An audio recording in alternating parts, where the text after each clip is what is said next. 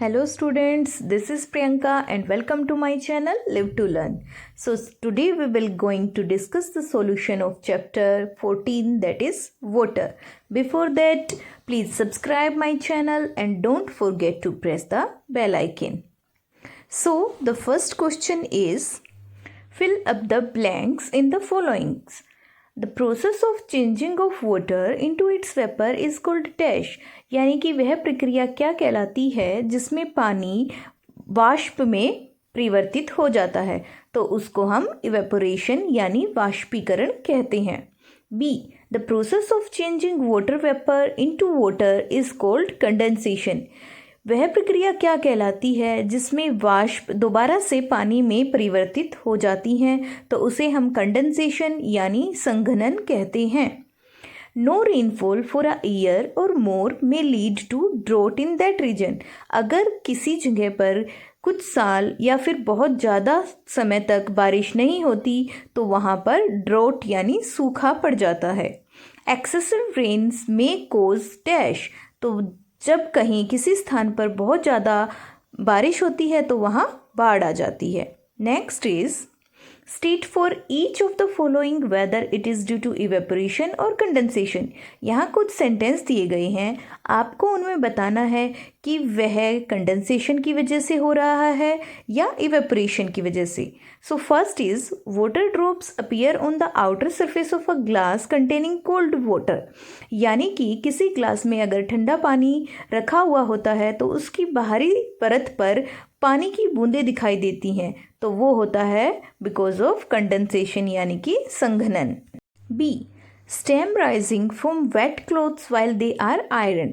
अगर गीले कपड़ों को इस्त्री किया जाए तो उनमें से भाप यानी कि वाष्प क्यों निकलती है? सो बिकॉज ऑफ इवेपोरेशन यानी कि वाष्पीकरण.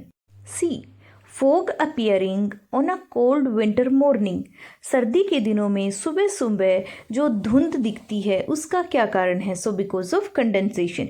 क्योंकि हवा में जो पानी मौजूद होता है वो कंडेंसेशन या संघनन की वजह से बूंदों में परिवर्तित हो जाता है, इसलिए वो धुंध के रूप में हमें दिखाई देती है. D, black board dry up after wiping it. अगर ब्लैक बोर्ड को गीले कपड़े से साफ किया जाता है तो वह बाद में सूख जाता है. So because of evaporation. क्योंकि गीला जो ब्लैक बोर्ड है वो बाद में गर्म टेम्परेचर की वजह से वो वाष्प में बदल कर सूख जाएगा. E, steam rising from a hot griddle when water is sprinkled on it. अगर किसी गर्म सरफेस पर पानी छिड़कते हैं तो उसमें से भाप निकलती हैं बिकॉज ऑफ इवेपोरेशन यानी कि वाष्पीकरण. So the next question is, which of the following statement are true? इनमें से कौन सी स्टेटमेंट सही है और कौन सी गलत? A, water vapors is present in air only during monsoon. तो क्या मानसून के समय में ही वातावरण में वाटर वेपर यानी वाष्प उपस्थित रहता है? सो इट इज़ फॉल्स, क्योंकि वाष्प हमारे वातावरण में हमेशा रहता है.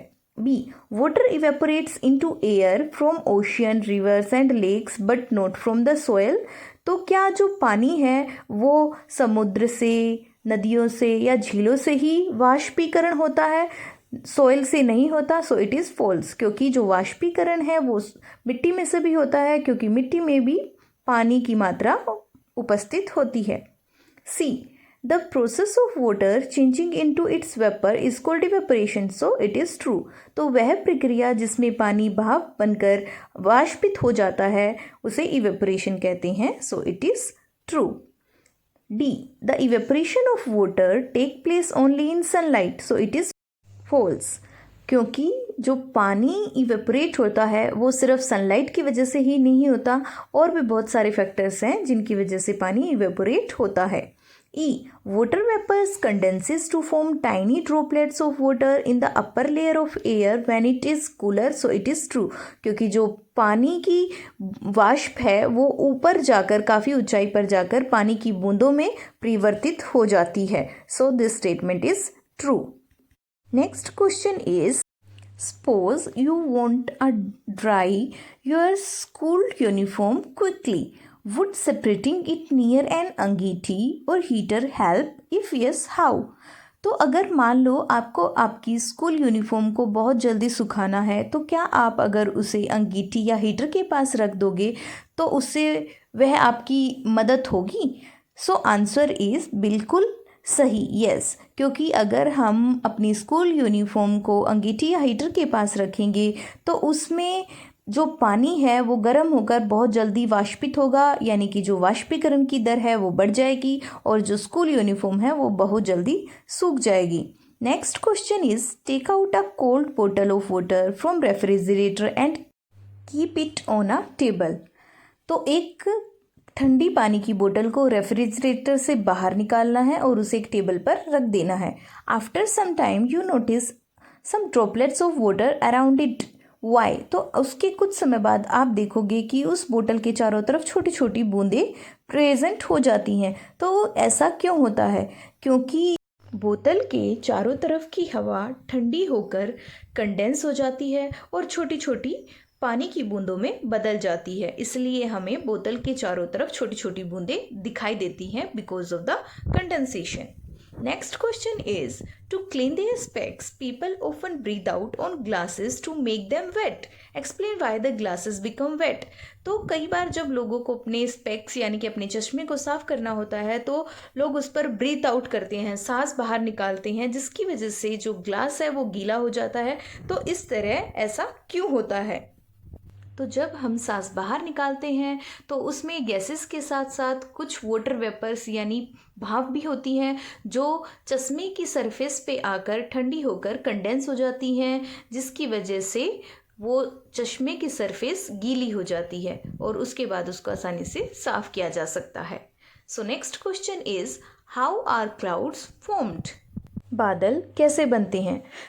जो अर्थ पर पानी प्रेजेंट होता है वो सनलाइट की वजह से इवेपोरेट होता रहता है और भाप बनकर ऊपर उठता चला जाता है, और जब वो काफ़ी ऊंचाई पर पहुंच जाता है तो वहाँ पर पहुंचकर वो कंडेंस होता है और पानी की छोटी छोटी बूंदों में कन्वर्ट हो जाता है और वो ऊपर तैरता रहता है और वही बूंदें मिलकर क्लाउड्स बनाती हैं। जो बादल बनते हैं वो कंडेंसेशन यानी संघनन की वजह से ही बनते हैं। Next question is, when does a drought occur? किसी जगह पर सूखा कब होता है? आंसर इज, अगर किसी जगह पर एक लंबे समय तक या बहुत सालों तक बारिश नहीं होती तो उस जगह पर पानी की कमी हो जाती है और उस जगह पर सूखा हो जाता है।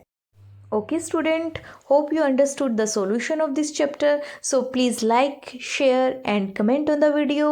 Subscribe my channel and don't forget to press the bell icon. Thank you.